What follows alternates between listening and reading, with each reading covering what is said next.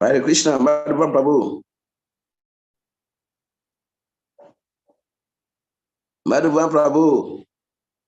Hare Krishna. Hare Krishna, Hare Krishna. You are welcome. I'm fine. Nice seeing you again. Happy Sunday to you all. Same to you.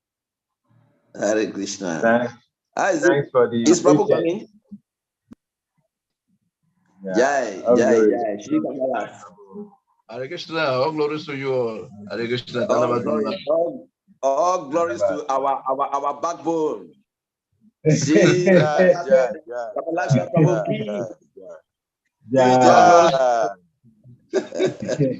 very happy to see all of you. Hare Krishna. So sweet association. How is it? Is Prabhu coming? Yes, he has shown up this month. Yes. He has shown up. But he said he wanted to wait for the rest of us to come. But I think we can start now. Okay. So I think the one who has connection to him can call his attention. Yeah. Okay. We do it.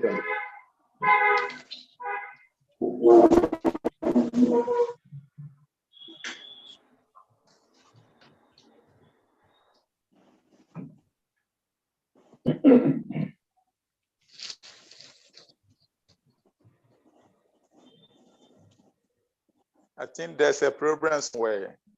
That's why I'm still not connecting.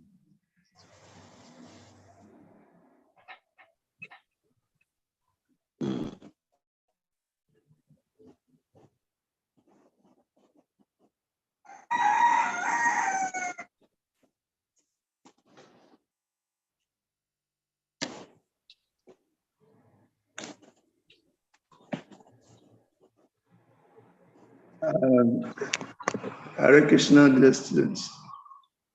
It's like Grace Kalika Prabhu has been on transit. He's been in India and right now on transit.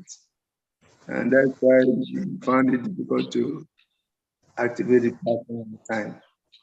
So let us be for Advaita Krishna Prabhu. Hare Krishna. Hare Krishna.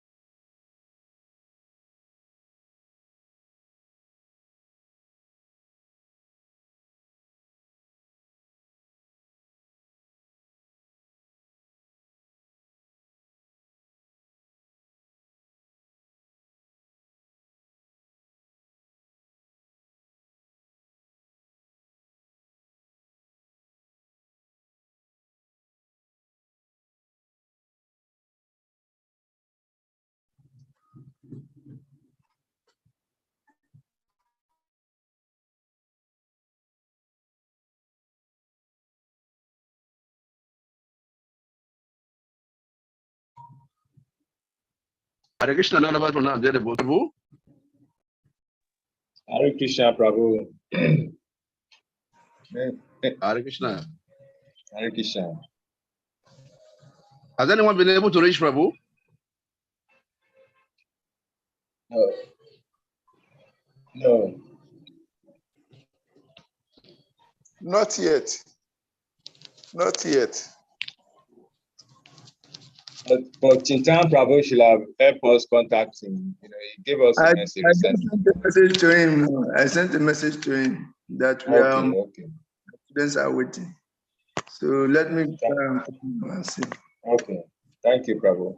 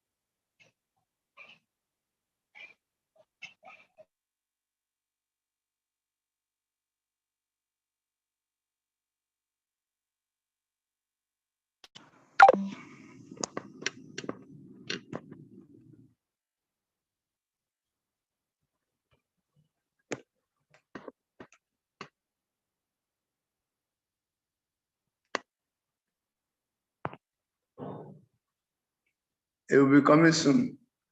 It's already, I got him, okay? Hare Krishna. Hare Krishna, thank you.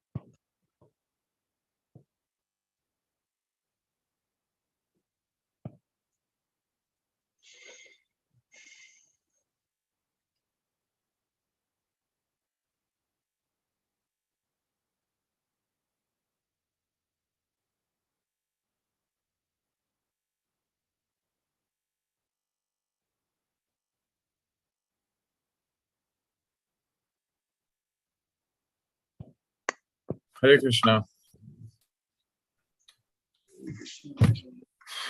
Okay, please put your videos on and we start.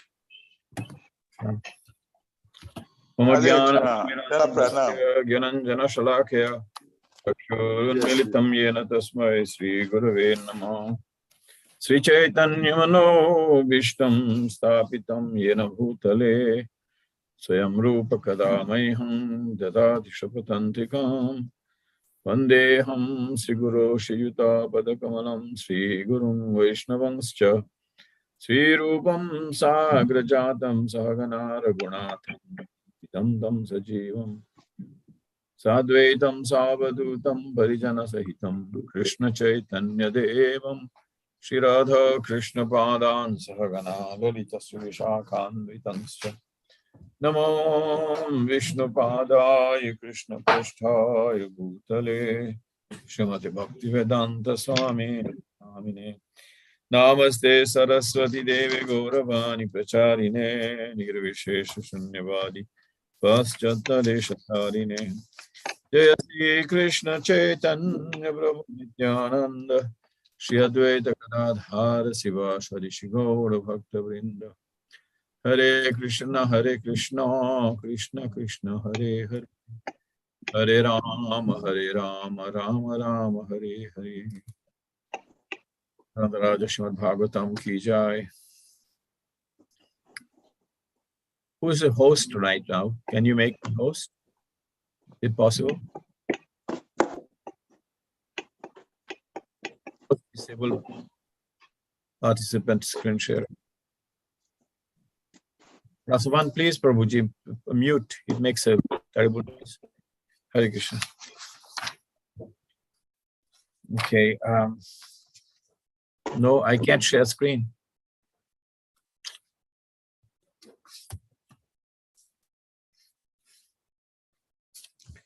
So can we recapitulate a little bit of what we discussed yesterday? That was the last part of chapter 16.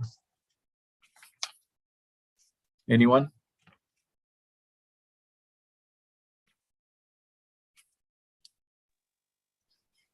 A few points? Krishna, Prabhu. Yeah. Yeah, a few points. Krishna. I think Lord Brahma was explaining to the demigods that whatever is happening is the will of the Supreme Lord, and that only Supreme Lord can handle the situation. That situation is beyond their own power. So that was where we ended. Okay. Anything else? Hare Krishna, Prabhu. Hare Krishna. We also how Mother Lakshmi foretold the descent of the two gatekeepers because they accosted her when she was coming to the palace. Yes. Hare Krishna. Kamal, please mute after, because I don't have an ability to control the screen. So please, everyone has to cooperate. Mute. Yeah, okay. Krishna. Yeah. Yes, again, there's a fear on the demigods. But after the expanding of Lord Brahma, they are free from all the fears. Hare Krishna. Anything more sort of appropriate to what we discussed yesterday also in terms of a descent of Jai and Vijay?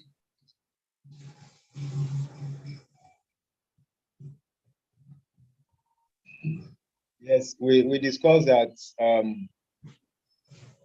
about who is the older out of the two brothers. Yes. Okay, it very much follows. Yes, but we also discussed about what was the main reason that they actually had to come down. What was the main reason that? Yeah, the main reason was that the Lord desired to fight, and they also understood that the Lord wanted a very nice opposition. So they took it on themselves to come and give him the befitting sporting challenge. Yes, to satisfy the Lord. Yes, to satisfy the Lord, yes.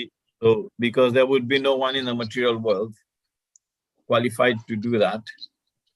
Yeah. More powerful personalities are there in the spiritual world. So he arranged. First, it was the desire of the Lord, and then they were actually in tune with the desire of the Lord. Then they slightly diverted from the desire to serve the Lord. Or serve the Lord was there, but slight lack of synchronization in terms of their desire. But that was done by the Lord, because the Lord wanted them down. So then they were impelled into the situation of disrespecting the four Kumaras. And then the four Kumaras in turn made the curse, which was also an arrangement of the Lord. And because they were Brahmanas and they had cursed, then they gave a reason for them to definitely go down and make a descent to the material world. But then in what way did the Lord mitigate their fall down? In what way did he mitigate? In what way did he lessen their fall down?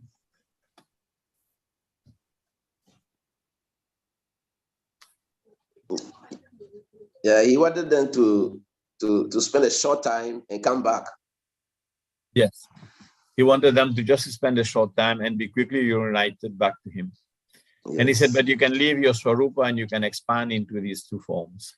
Yes. So essentially they were still there. Right? And where did we find that information that they had double identity? In the Sridhar Swami's commentary. Chakravarti Thakur's commentary, yes, but also in the 8th canto, there was a fight between Vaman Dev and Bali Maharaj's army. And the Lord's army included Nanda, Sunanda, Prabhala, and so on, and then also Jai and Vijay. So Jai and Vijay, on one side, they were in the Lord's devotee army, and in the pastimes, in the material world, they were in the enemy camp. So the same persons are taking the position of enemy and the same persons are taking the position of devotees. And there was something that I didn't have time to look, but he said that, in the spiritual world, the demons and the devotees worship. So, for example, when the children of Diti were born, they were daityas. And the children of Aditi was Adityas, demigods. So Kashyapa was the father of both the demons and the devotees. That's the arrangement of the Lord. That's quite interesting. Okay, so... Yeah, Prabhu. Yes, sir. I please want you to expatiate a little about, the Lord was saying that Jai and Vijay invented Madhalakshmi first, and Madhalakshmi foretold about this incident. Yes. So yeah, he said, I want to... But then there was a comment there that... Yes, but there was a comment there, so that's why I will not pursue that anymore. Srila Prabhupada did make a comment on the purport. But Vishwanath Chakravarti put a comment there that this is not a verse that is generally found in the Srimad Bhagavatam. So therefore, we do not want to make any more commentary on that. And Prabhupada didn't make a commentary on that. Sometimes there are certain other reasons Prabhupada doesn't make a commentary on things, so that he respects the Srimad Bhagavatam and the flow of ideas and the flow of verses. But if the other acharyas have said something contrary, then he doesn't make a comment. So we will follow Srila Prabhupada and not make a comment on that. It is just a verse that is there, and we do not want to give it more explanation than needed. As Vishwanath Chakravarti Thakur said, some commentators say it is there in the Bhagavatam, some say it isn't there in the Bhagavatam. So it will not further any of our devotional courses in any way. So, but the main things are understood from the main line in, discussions. So now we can, okay, thank you so much for everyone participating. Victory. See, it's always good to recap, then you know now. Because when we discuss, you remember. So, Chapter 17. This is victory of Hiranyaksha over all the directions of the universe. Text 1. Maitreya Vacha Nisamyatma Bhuvagitam Karanam Sankha Yuyojitaya Tatha Sarve Nyavartanta Tridivaya Divokasho. Shri Maitreya said, the demigods, the inhabitants of the higher planets, were freed from all fear upon hearing the cause of the darkness explained by Brahma, who was born from Vishnu. Thus they all returned to the respective planets. So because of the explanation, and knowing very well that it is arrangement of the Lord, and now they can kind of mentally cope with this darkness that is there, and therefore they return to their respective planets. The demigods who are denizens of higher planets are also very much afraid of incidents such as the universe becoming dark. And they consulted Brahma. This indicates that the quality... Prashman Prabhu, can you please mute? It's very disturbing. Oh. Okay. This indicates that the quality of the fear exists for every living entity in the material world. The four principal activities of material existence are eating, sleeping, fearing, and mating. The fear elements exist also in the demigods, on every planet, even in the higher planetary systems, including the moon and the sun. As well as on this planet, the same principles of animal life exist. So this fear element is saying here, eating, sleeping, mating, and fearing. Fearing is defending. We defend ourselves against rain, cold, weather, enemies, attack, animals, birds, other people. So it is defending. We defend because we are afraid. So the fear element exists also in the demigods, on every planet, even in the high planetary systems, including the moon and the sun. As well as in this planet, the same planets of animal life exist. Otherwise, why are the demigods also afraid of the darkness? So Prabhupada make a point about this fear, the fear of the demigods. They have fear in the material world. Okay? So otherwise, why are the demigods also afraid of the darkness? The difference between the demigods and the ordinary human beings is that the demigods approach authority, whereas the inhabitants of this earth defy authority.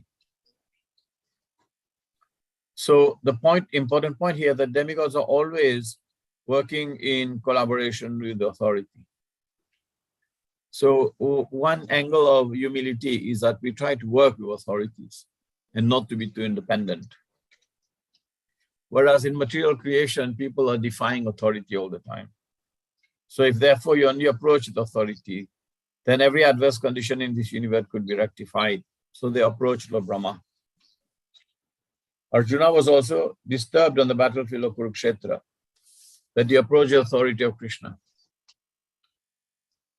And his problem was solved. The conclusive instruction of this incident is that we may be disturbed by some material condition, but if we approach the authority who can actually explain the matter, then our problem is resolved. The demigods approached Brahma for the meaning of the disturbance, and after hearing from him, they were satisfied. So, text 2. Ditis tubhartur adeshat apatya parishankini purne varsha sate sadvi putra prasusuveyamo. The virtuous lady Diti had been very apprehensive of trouble to the gods from the children in their womb, and her husband predicted the same. She brought forth twin sons after a full 100 years of pregnancy. So there was a 100-year pregnancy of Diti with the two Jai Vijay now in the womb. Okay. And she had been apprehensive because of the trouble that they may be causing to the demigods. Okay. And that was also predicted by Kashyapa. So on the birth of the two demons, there were many natural disturbances, all very fearful and wonderful, in the heavenly planets, the earth planets, and between them. There were earthquakes along the mountains on the earth, and it appeared that there was fire everywhere. Many inauspicious planets like Saturn appeared, along with comets, meteors, and thunderbolts. Now,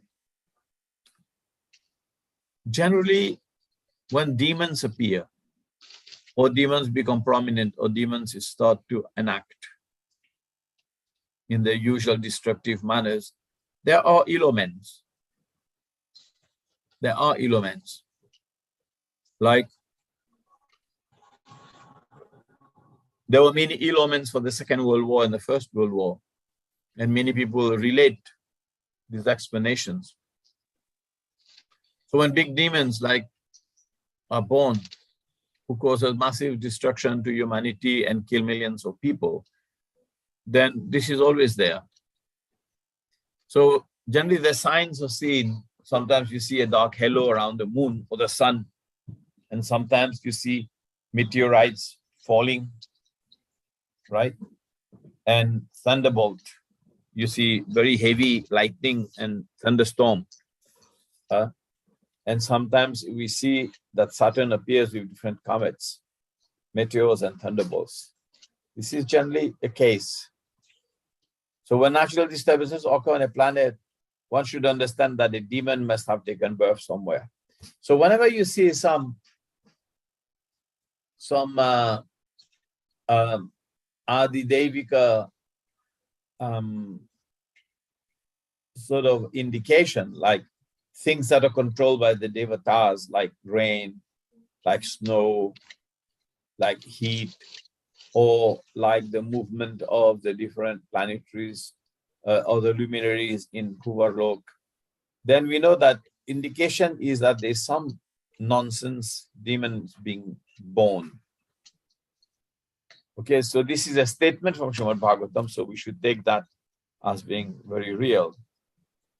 So there blew winds which were almost uninviting to the touch, hissing again and again, and uprooting gigantic trees. They had storms for their armies and clouds for dust for the ensigns. So these are very ill omens. They are very indicative of some demons being born. So Prabhupada writes in the purport, when there are natural disturbances like blowing cyclones, too much heat or snowfall, and uprooting of trees or hurricanes, it is understood that the demoniac population is also increasing. And so the natural disturbances is also taking place. So people talk about this carbon dioxide thing, which is a big myth anyway. Sometimes they say that, you know, the carbon emission has increased. This is an agenda of the political left wanting to control less developed countries so that they can stay under subjugation and not develop. Can anyone, I'll ask a simple question. Do you know what is the percentage of carbon dioxide in the atmosphere? Anyone knows?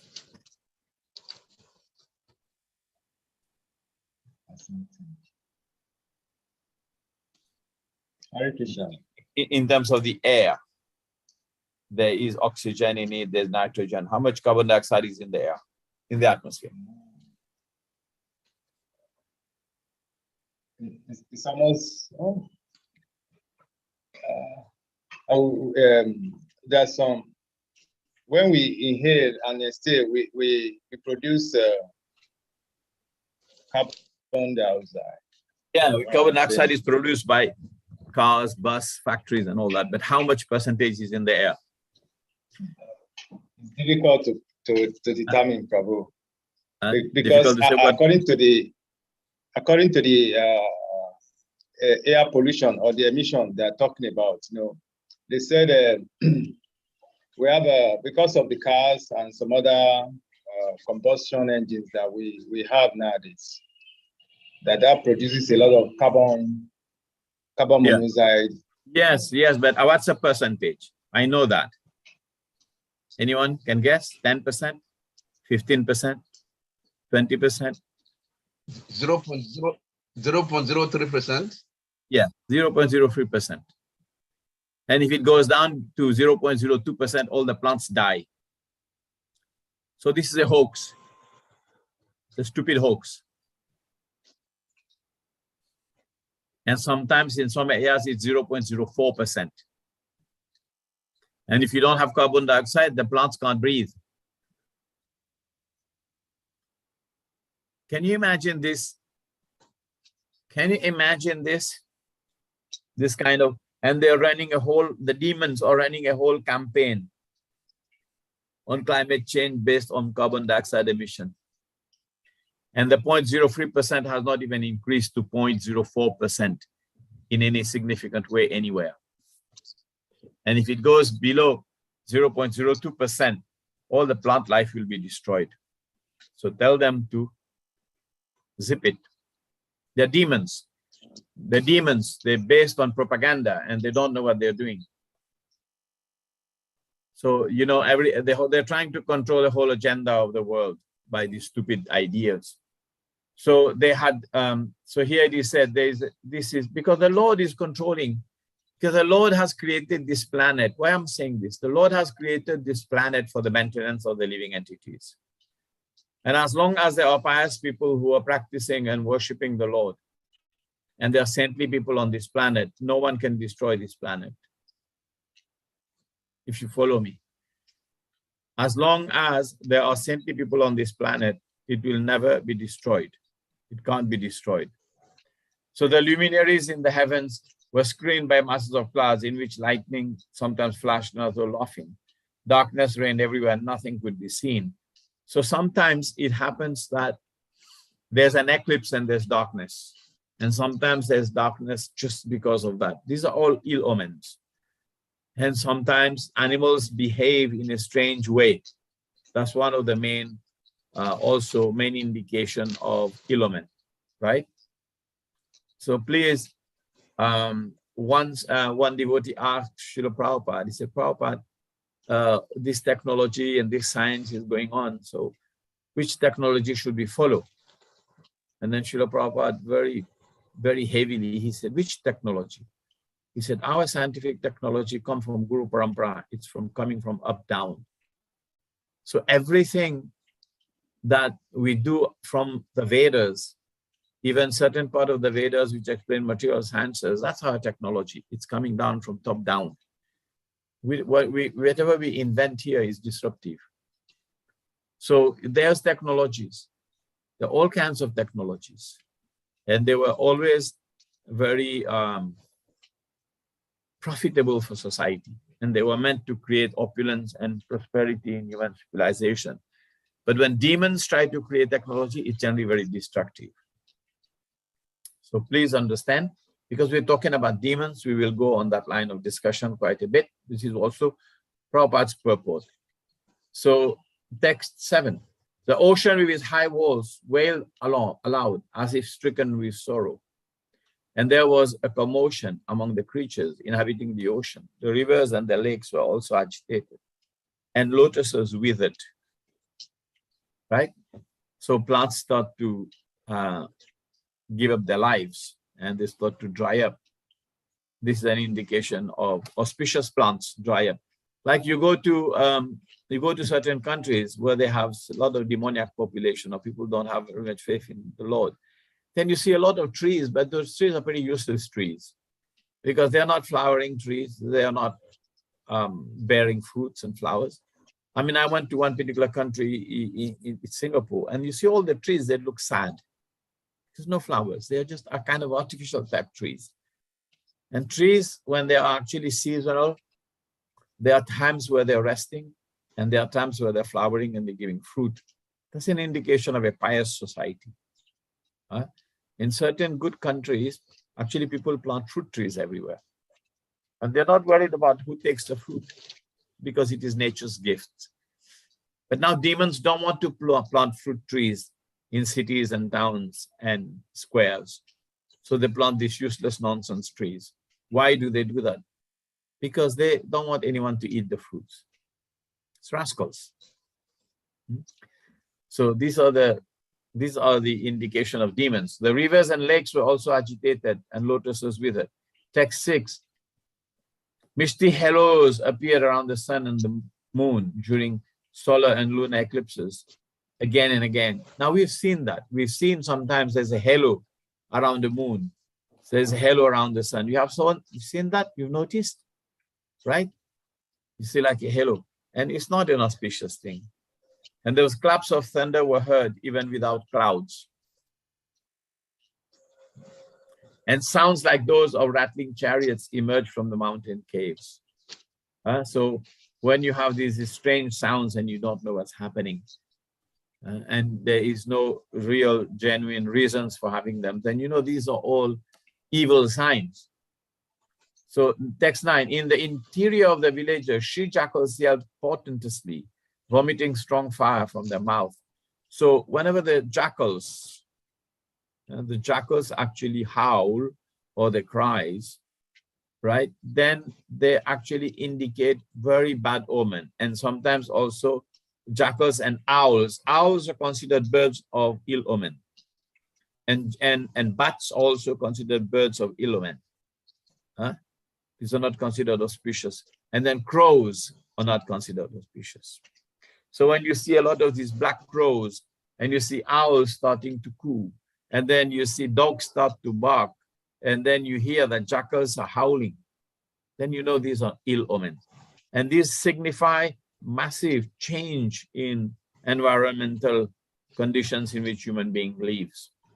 So text 10, raising their necks, dogs cried here and there, now in the manner of singing and now wailing, right? The dogs raise their head, open their mouth, and they wail and they howl. These are indications of ill omen. O Vidura, the asses ran hither and thither in herds, striking the earth with their hard hoofs and widely braying. So his asses also feel respectable as a race. And when they ran in flocks here and there, in so-called jollity, it is understood to be a bad sign for humanity. Okay. Hare Krishna. Hare Krishna, Prabhu. Yes, Prabhuji. Kamalaksha. Yeah, please, Prabhu. I wanted to clarify. Do jackals breathe fire or is it metaphoric statement? You were breaking. I couldn't hear. Yeah, I was asking if she jackals, if they breathe fire from the mouth, or is it a metaphoric statement?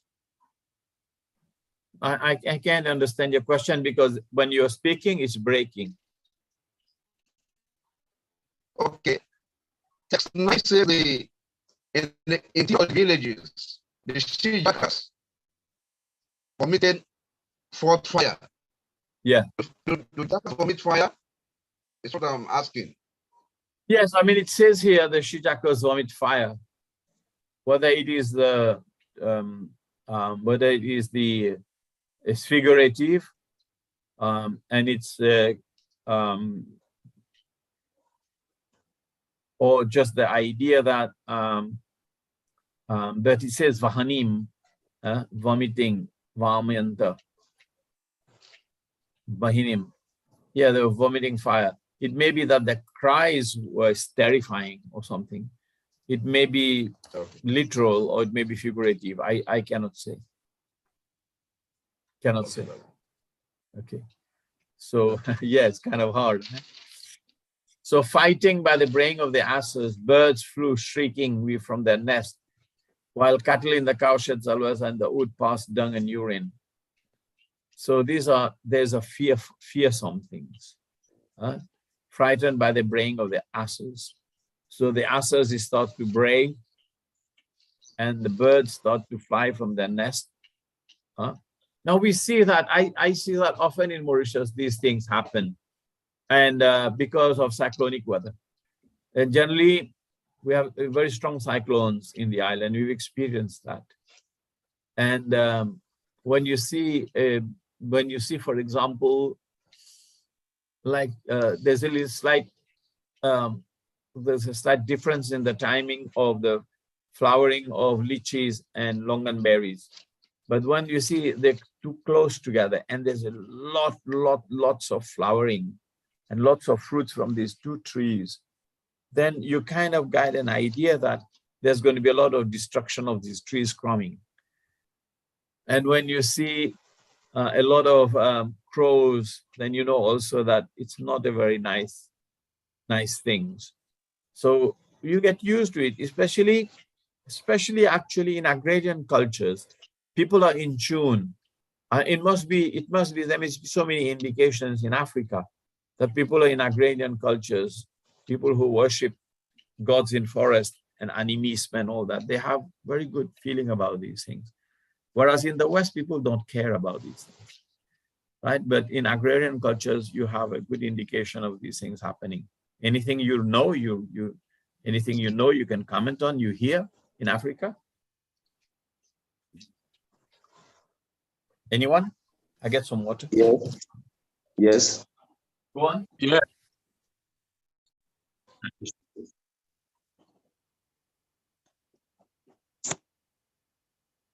Yeah, in Africa, say some parts of Nigeria here, if the owl flies and stops on somebody's roof, it's considered very inauspicious. Yeah. Yes. The owl. Yes. And here, if it is a crow, the crow, Yeah, crows. in that, yes.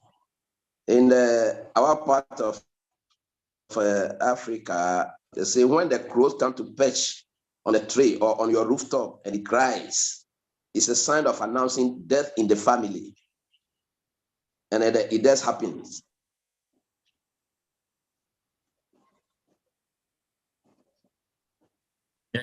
Yeah, these things are there. So it's not all, superstition. It's true. Yeah. Okay. So text 13. Cows terrified, yielding blood in place of milk. Clouds rained pus. The images of the gods in the temple shed tears, and trees fell down without a blast of wind. Now, these things about different animals sometimes rain. Recently in China, they have been having, there were worms raining, and at some point there was fish falling from the sky, right?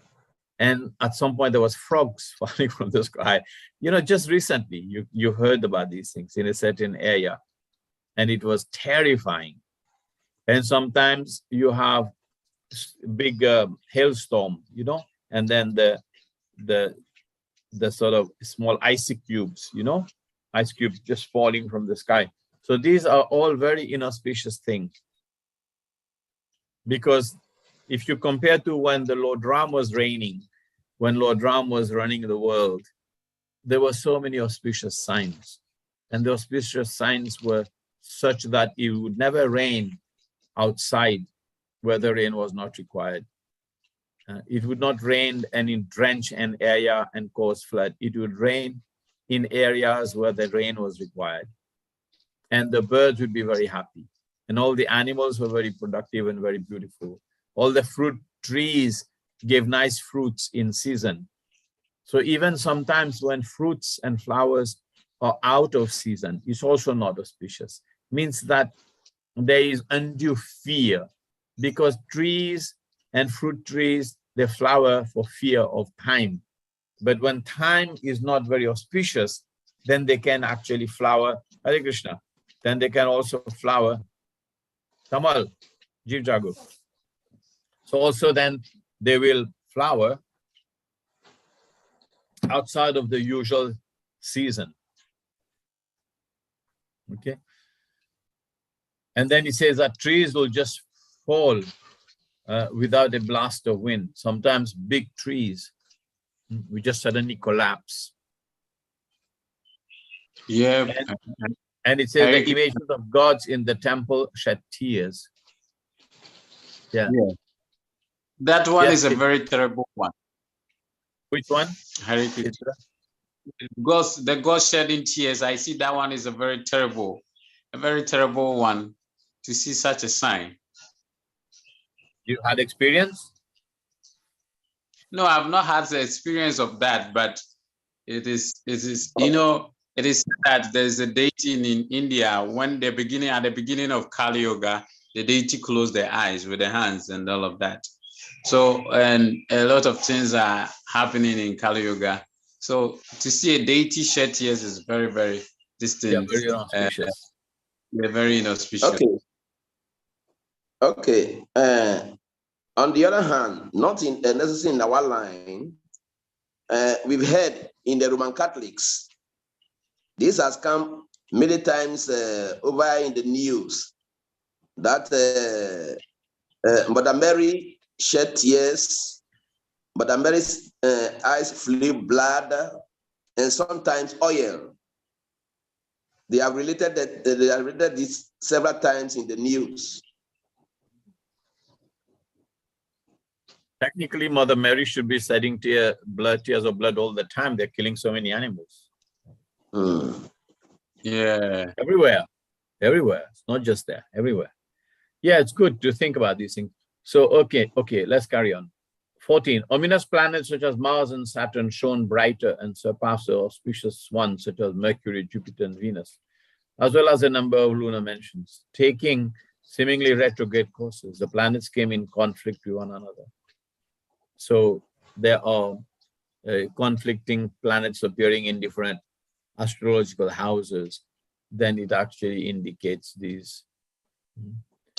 So the entire universe is moving under the free modes of material nature. Those living entities who are in goodness are called pious species, pious lands, pious trees. And it is similar with the planets also. Many planets are considered pious and others impious. Saturn and Mars are considered impious. When the pious planets shine very brightly, it is an auspicious sign. But when the inauspicious planets shine very brightly, it is not very good sign. Okay. So astrologers in India, they know about these things and they predict based on the position of the planets in different nakshatras. Marking these and many other omens of evil times, everyone but the 4 sage sons of Brahma, who are aware of the fall of Jai Vijay and of the birth as Diti's son, was seized in fear. Now these 4 boys, they knew that this an arrangement has been made for Jai and Vijay to fall down, and they will be demons, and huge, massive demons that can only be vanquished by the Lord. Right?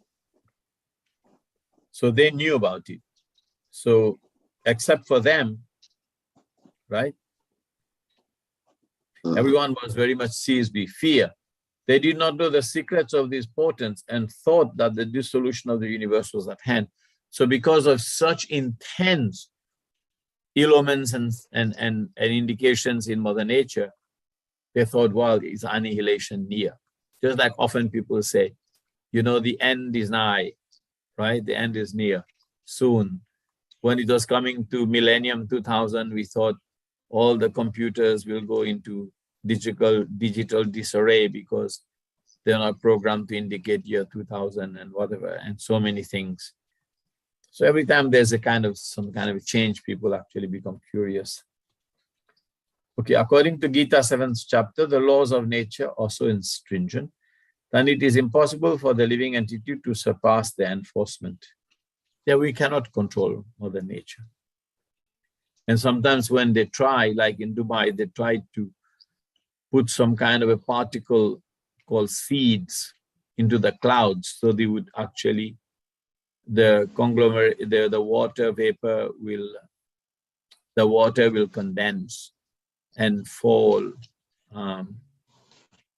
as rain by the process of condensation. So they go up to the big clouds and then they spread some kind of chemicals in there. Because they have so much money, they can afford to do it and they have no rain. But then lately we saw that the rain was pouring so heavily that there was massive destruction due to floods. You cannot control Mother Nature, right? So it is also explained that only those who are fully surrendered to Krishna and Krishna consciousness can be saved. We can learn from the description of the Srimad Bhagavatam that it is because of the birth of these 2 great demons that there were so many natural disturbances. It is to be directly understood, as previously described, that when there are constant disturbances on the earth, that is an omen that some demoniac people have been born, or that the demoniac population has increased. So in former days, there were only 2 demons, those born of Diti. So there was no big, huge network of demons nesting in every evil place, just like we have now. It was announced that we got 2 big demons going to be born, and they were 2 sons of Diti. Right? Yet there was so many disturbance. So Prabhupada is saying, yet there was so many disturbance just birth of the 2 big demons. He said at present day, especially in this age of Kali, these disturbances are always visible, which indicate, so like, you know, we're not meant to have rain and suddenly it starts to rain. These are things that the demigods are telling us, and they are not doing, they're not very happy with what's going on in this material world here. And the demigods, who are the controlling deities or phenomena, right? They're actually making kind of a statement here that, look, you guys are not doing very well. That's why these things are happening. So he said, in former days, they want, okay, I've read that. So it indicates, so at the present day, especially in this age of Kali, these disturbances are always visible, which indicate that the demoniac population has certainly increased. So to check the increase of demoniac population, the Vedic civilization enacted so many rules and regulations of social life. The most important, which is Garbhadhan Sanskar, for begetting children. So when you have this regulative practice to be able to actually have good progeny, which is called Garbhadhan Sanskar, Garbhadhan process for good children, it's very important that children are not born just out of lusty and sinful desires, but that parents, they do plan to have a child, and therefore they go through the process of samskara. It's a rite of passage. They do certain rituals, chant names of God, and pray that a good soul is born from the womb of the particular lady in the home or in the house. So that is very important thing, Prabhupada is saying. And Arjuna, in his presentation to Krishna of the reason why he wanted to stop the fight, because he said by the death of so many elders, there will be women who will be unprotected. And from the birth of unprotected women, adharma vibhavat Krishna pradushanti kulastriya. There will be a disruption in the norms of society. And unprotected women means that there will be unwanted population, Varna Shankara.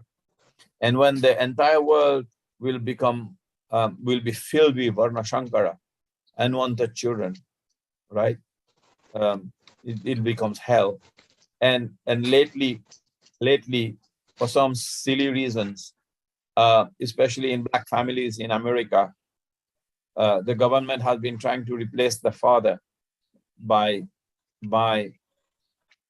there's a lot more black communities in Africa, in America, that are single parent home. Why? Because if you're a black mother and you separate from your husband, then the state will look after you.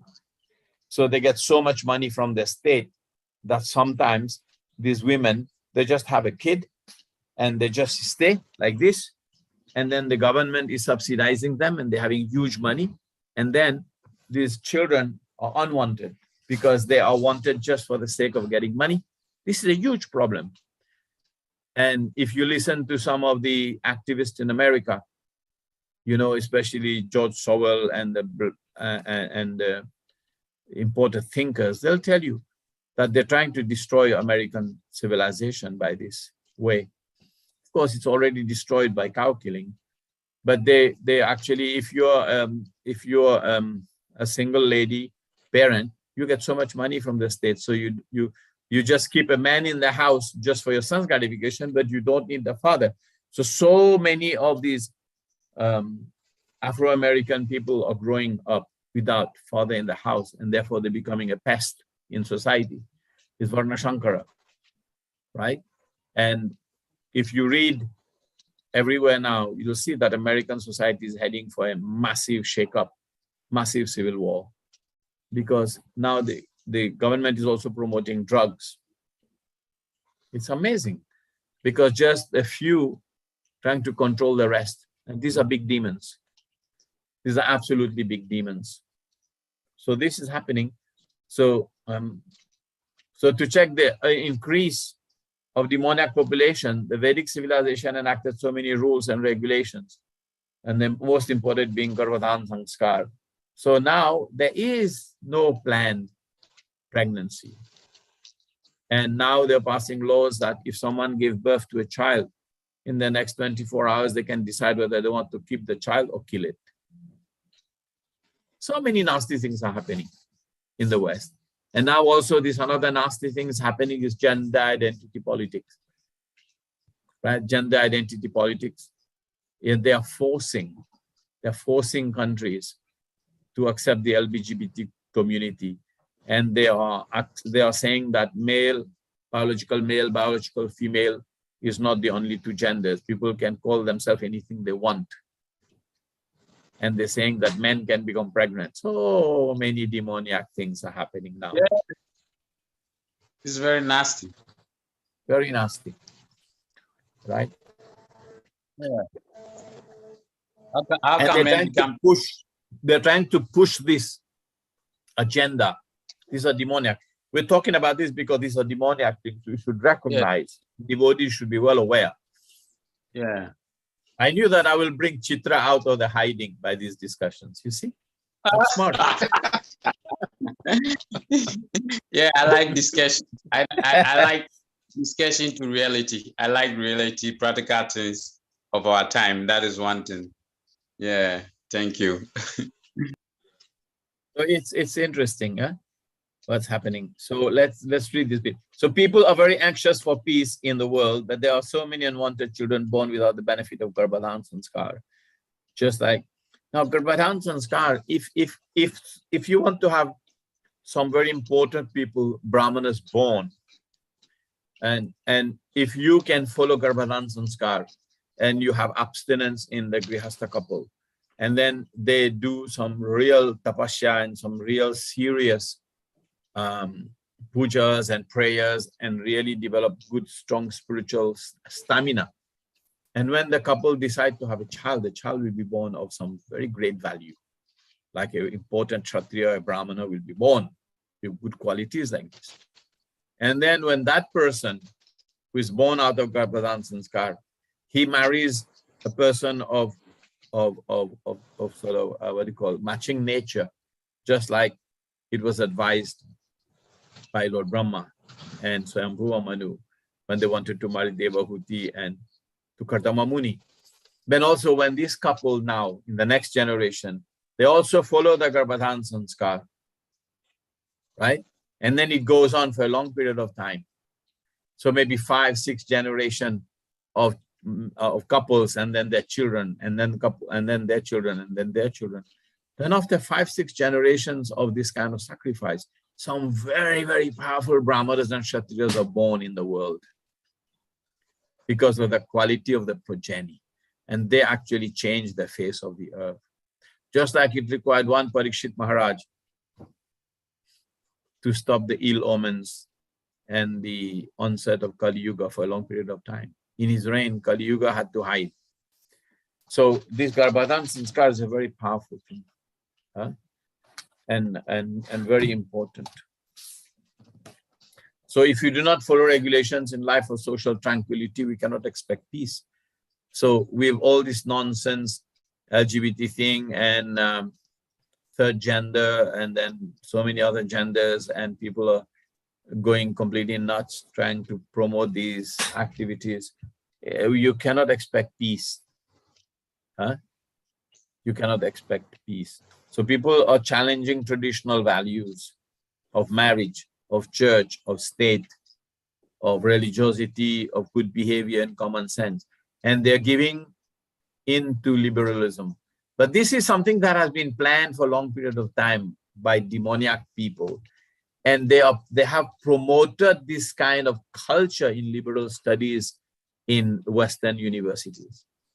Liberal studies in like women, gender studies, minority studies, cultural studies, they've all been promoted to a point that actually now they think that they have enough people who've been brainwashed in this nasty culture, and now they are all over the world. Like the Chief Justice of India is such a demon who is a product of Harvard University, and he's trying to pass same-sex marriage in India, and he's getting a tough time. But he is being sponsored and promoted by American, demons. So this is something that's happening. It's happening. Great time, big time. So by preaching, and also there's a lot of people are coming in with traditional values, family values, and being more traditional in their outlook. So these people are fighting against these big demons. So we'll read text 18. These two demons who appeared in ancient times soon began to exhibit uncommon bodily features. They had steel-like frames which began to grow just like two great mountains. So when these two were born, now they start to exhibit their demoniac nature. So Prabhupada is saying in the purport, two classes of men. One's demon, the other one's called demigod. The demigods concern themselves with the spiritual upliftment of human society, and the demons are concerned with physical and material upliftment. So because the demons are concerned with physical and material upliftment, they generally do so by exploitation. They will rob, steal, cheat, make propaganda, make false promises, use violence, and usurp what is not rightfully theirs, like it says in Upanishad, Isavasyam idam sarvam yad kincham jagantam jagat. Everyone has their quota, and everyone should respect that. Everyone has their quota for livelihood. But big demons, they want to increase their power by possessing huge amount of money, huge amount of wealth, huge amount of control, and huge amount of facilities for themselves. So this is how it's generally done. It's always the same story. The world hasn't changed that much. It's always the same. So he said the two demons born of DT began to make their bodies as strong as iron frames. And they were so tall they seemed to touch outer space. They were decorated with valuable ornaments, and they thought that this was success in life. Originally, it was planned that Jai Vijay, the two occupants of Vaikuntha, were to take birth in the material world, whereby the curse of the sages, they were to play the part of always being angry, to be the Supreme Personality of Godhead. A demoniac person, they became so angry that they're not concerned with the Supreme Personality of Godhead, but simply with physical comforts and physical upliftment. So, but this is materialism. Materialism means I'm only interested in manpower, money, and control over everything, over my dominion. So, text 17. Their bodies became so tall that they seemed to kiss the sky with the crest of their gold crowns. They blocked the view of all directions, and while walking, shook the earth at every step. So at least there were some real demons looking like demons. Whereas now we have human beings with puny little, mind and brain, and ugly looking, and they're not of any significant charisma or anything. But because they can control vast amount of wealth and vast influence on the political arena, then they act like demons. At least here, it's old style demons. Modern style demons are just human beings with a demonic mindset.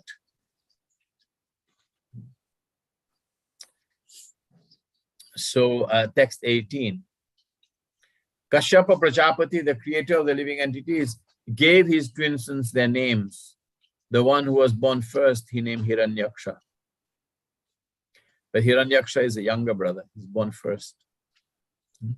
And the one who was first conceived by Diti, he was named Hiranyakashipu. So he was first conceived. So he is inside the womb. So he's born the second. Right? So the first one is considered younger. Right? This is what it is said here. And Prabhupada explained this from a Vedic point of view. And yesterday you told me that actually in Africa, the culture is similar, right, to this understanding. So I read the purport. There's an authoritative Vedic literature called Pinda Siddhi, in which the scientific understanding of pregnancy is very nicely described. Pinda Siddhi. It is stated that the male secretion enters a menstrual flux and the uterus in two successive drops. The mother developed two embryos in her womb. Then she brings forth twins in a reverse order in which they were first conceived. The child first conceived is born later, and the one conceived later is born first. So Hiranyaksha is born first, and he's a younger brother. So Hiranyakashipu is an older brother, right? So in this case, it is understood Hiranyaksha, the second child conceived, was delivered first. Whereas Hiranyakashipu, the child who was behind him, having been conceived first, was born second. So he's an older brother. But now the thing is, they're in the spiritual world, why is this thing being said here? Because when the Kumaras saw them, they couldn't distinguish who is older, who isn't, because there's no old age in Vaikuntha planet. So how could you say, okay, Jai and Vijay, who is older? Don't know. So who becomes Jai and who becomes Vijay? It's a mind-boggling question. Hiranyakashipu is Jaya. Older. Yes, he's the older. All right. Okay, so let's read text 19. The elder child, Hiranyakashipu, was afraid of death from anyone within the free worlds because he received the benediction from Lord Brahma. So he was afraid of death. So indirectly, death is the Lord. He was afraid of the Lord. So he was proud and puffed up due to his benediction and was able to bring all of the planetary systems under his control. So don't the demons nowadays also try to do that? They try to conquer the moon. But of course, they never went to the moon. Now it's becoming so apparent they never went to the moon. They couldn't go to the moon. And they think that now they're trying to do space travel and conquer the space and so on and so forth. But they are too tiny, too small. And Prabhupada even said that these demons, they cannot destroy very much even because they don't have so much power. But the destruction that was caused by Hiranyaksha and Hiranyakashipu were very significant because no other demigods can stop them. Whereas these demons now in Kali Yuga, the demigods can stop them. You know, they can be hit by a car and they're done. You know, you don't require a huge thing. You know, they can be hit by a car. They die in motorbike and car accident. Whereas the body of Hiranyakashipu and Hiranyakashipu, even they were hit by a mountain, they would not be destroyed. Yes, of course. Yes, of course. Just like how Russia and Ukraine, you see, there's a massive distraction. And a person like Putin can easily be assassinated. Yeah. Demigods can strike him from anywhere. So this is a practical thing of there's a little deep. Sadly, there's loss of life. So when demons fight among demons, there's not much they can disrupt. Generally, when they pick up the fight with the devotees, then there's going to be a massive problem. Right now, they're not picking up the fight with the devotees. So one small demon is fighting a slightly bigger demon. And once one devotee said to Prabhupada, he said, Prabhupada, if there's going to be an atomic war, a nuclear war, everything is going to be destroyed. And Prabhupada said, destruction? They cannot destroy very much. Man, this devotee was insisting on Srila Prabhupada. He said, no, Srila Prabhupada. He said, you don't know the power of the demigods. He said, even if there is an atomic weapon thrown in one place, the demigods can clear the air in a whiff. So how much they can destroy? Yes. Like there was this Chernobyl nuclear disaster.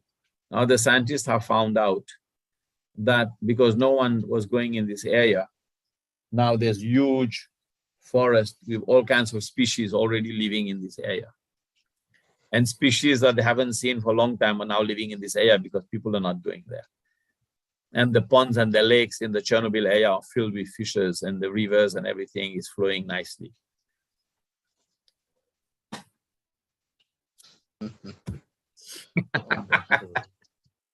So it's like, even when it comes to destroying, how much can they destroy?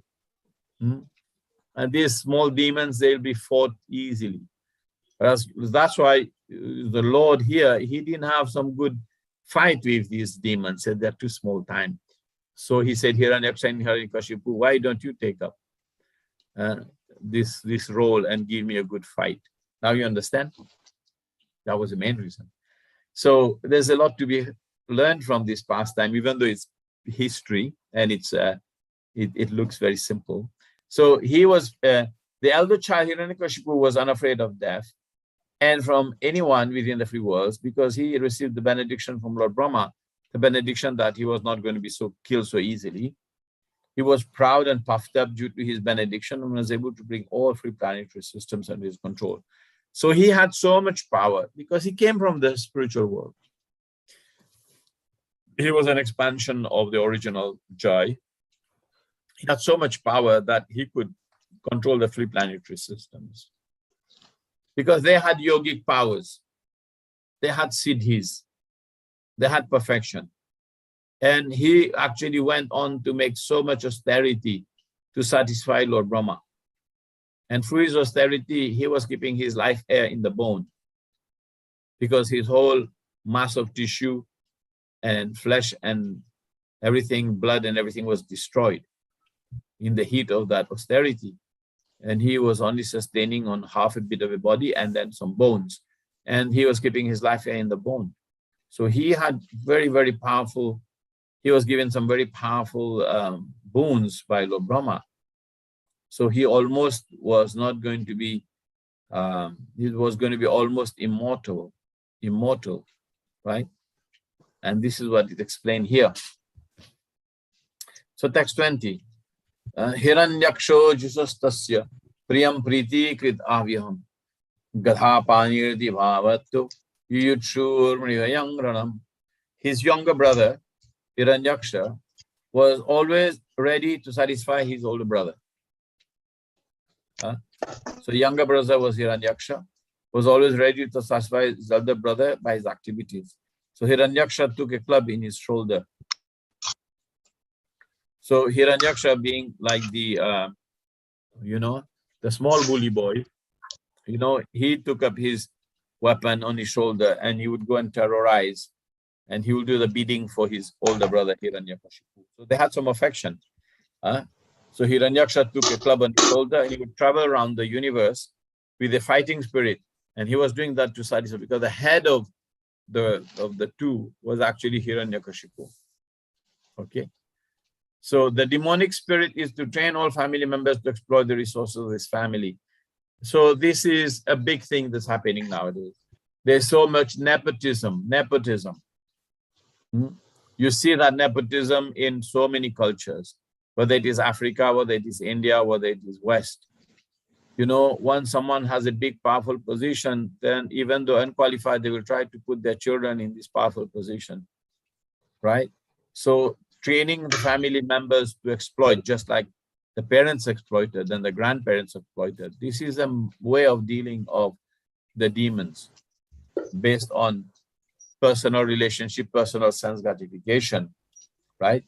So Hiranyakashipu was himself very powerful, and he made his younger brother Hiranyakashipu powerful to assist him in fighting with everyone and lording it over material nature.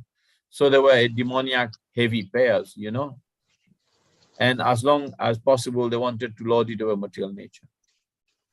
He wanted to rule the universe eternally. This is a demonstration of the spirit of the demoniac living entity. So it's true, they want to live eternally. But in this day and age, in the age of Kali, they'll be done in it, like you have some very demoniac personalities now in the West. They're trying to subvert cultures, family, traditions, and they're using them small amount of money. But most of them are pretty old. They're 1 foot in the grave. So they're going to be done soon. They'll be done and dusted. So they're going to be dead. And often you think that, if you had a culture where the king actually protected the people, they would actually kill these demoniac people, right? Yes. But these demoniac people get away with doing all kinds of nonsense activities because we don't have a king who is pious, who can actually get rid of them and liberate the dominion and the nastiness that they impose on just the innocent citizenry. So this is there. So it's good to think about these things, the demoniac nature of this world. Prabhupada in his purport talks a lot about it. He said Hiranyaksha is powerful to assist him, so he was trained to assist him. So this is nepotism. Look after your own. And actually, there's a very nice talk about nepotism by Srila Prabhupada in that verse when Krishna, in Arjuna, when he talks to Krishna and he said, how can I kill my own men? And Krishna says, your own men? Your own people? What do you mean your own people? Those people are not your own people. And Prabhupada gave a talk about it. So, Drishtivam Swajanam Krishna, in text, I think 17 or something. He says, how can I allow the killing of my own people? And based on that, Prabhupada gave a very, very powerful talk on nepotism on that class. So if you search that class, it's mind-boggling class. Prabhupada talks about nepotism. So hopefully, Krishna consciousness movement, there's no nepotism. There may be some clans, but that's not very good, because that shows that we are attached to body and whatever is produced of body or to our own groupism. It's not a very good idea. We generally have to have a broad mind and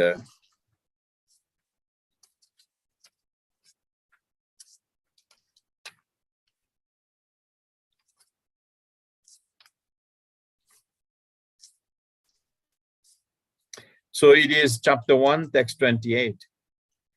You look for Prabhupada giving class on this. Text, chapter 1, text 28, Arjuna Uvacha. Drishtivam Swajanam Krishna Yuyutsam Samupashtitam Shidhanti Mamagatrani Mukham cha Parishushati.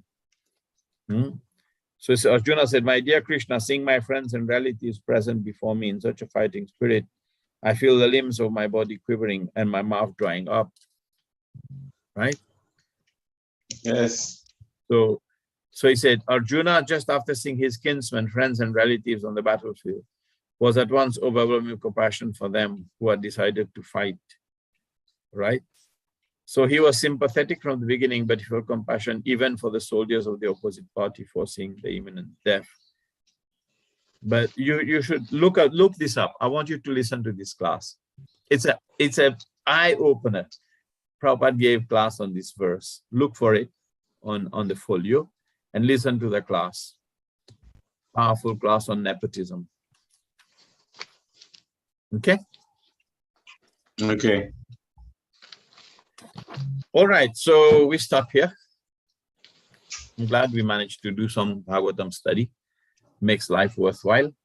And we stop at text 20.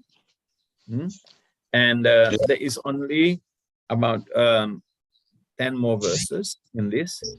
The brothers grow up, we've done that. Hiranyakashipu's conquered all directions with the help of Hiranyaksha. So there's 10 verses, and then the battle between Lord Bo and the demon Hiranyaksha, which will be on Wednesday. We will do, please come on time and have your videos. And it makes nice to study Srimad Bhagavatam together. It's a very powerful thing, Prabhus. And it takes us a step closer to Krishna. So read the rest. It's very easy. And I'm trying to just make it like Leela, and I'm not going over the Sanskrit and, talk about the relevant points in it. And up to text 30. And then chapter 18, we will do another 10 verses in there. So the battle between Lord Bo and the demon Hiranyaksha. So that will be about 8-10 verses. Okay. So next week we will finish about 8-10 verses from chapter 2 and the 10 verses from chapter 18 and the verses from chapter 17. So then then we'll have 2 more sessions on Saturday and Sunday, right? 2 more sessions on Saturday and Sunday, which will means that we will have completed 18 and we will be embarked on 19. Yes. By Wednesday next, we'll have finished up to chapter 19. And then there's a slight change in the flow of the conversations. It will be conversation between Maitreya and Vidhura, okay, which is chapter 20. So please read through these. So if you have any questions, comments, any reflections on what we discussed?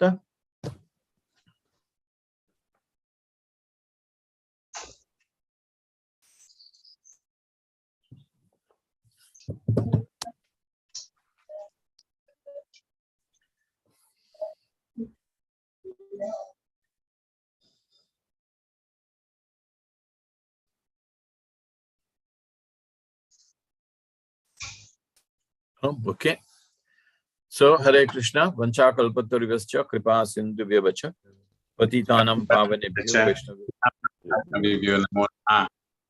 Hare Krishna, Hare Krishna, Krishna Krishna, Hare Hare, Hare Rama, Rama Rama, Hare Hare.